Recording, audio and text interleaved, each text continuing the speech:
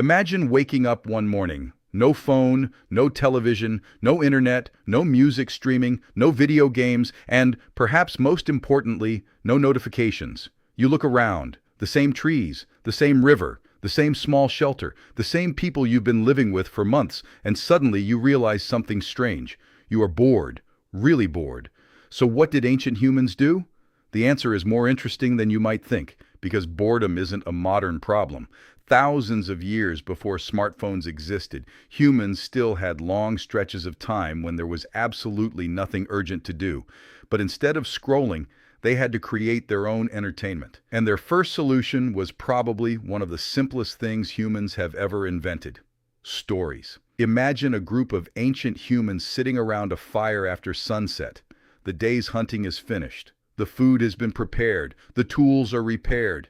There is nowhere to go. So someone starts talking. Maybe they describe an animal they saw near the river. Maybe they tell a story about a dangerous hunt. Maybe they exaggerate a little. Then another person adds something. Soon, everyone is listening. And without realizing it, they have created entertainment. But stories weren't just entertainment.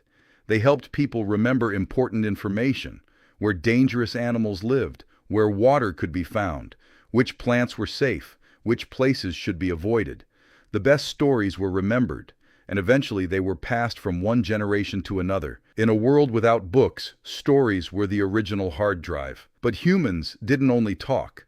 They played. Archaeologists have discovered ancient objects that may have been used for games, including dice-like objects and game pieces. Imagine finding one of these objects thousands of years later. You might think, what was this used for? The answer could simply be, someone was bored. People have always enjoyed competition. Who can throw farther? Who can run faster?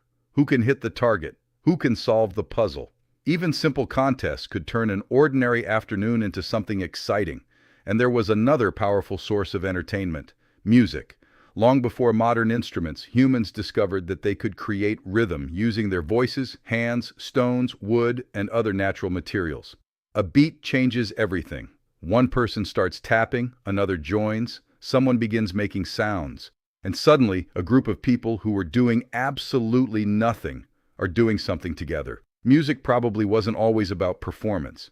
Sometimes it was simply about being together. And that brings us to another ancient boredom killer. Arted cave paintings are among the most famous examples. Thousands of years ago, humans painted animals, symbols, handprints, and scenes onto rock surfaces. But why? Some paintings may have had spiritual or symbolic meanings. Others may have helped communicate ideas. And some may simply have been a way for humans to express themselves. Think about that. A person could spend hours drawing something on a cave wall, even though nobody had asked them to. That sounds surprisingly familiar. Today, someone might doodle in a notebook. Ancient humans had stone walls, different technology, same human brain.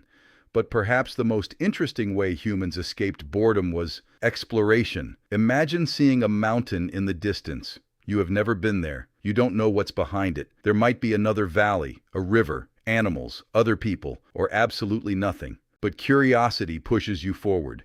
Humans are naturally interested in things they don't understand, and that curiosity may have been one of the greatest entertainment systems ever created. You didn't need a screen.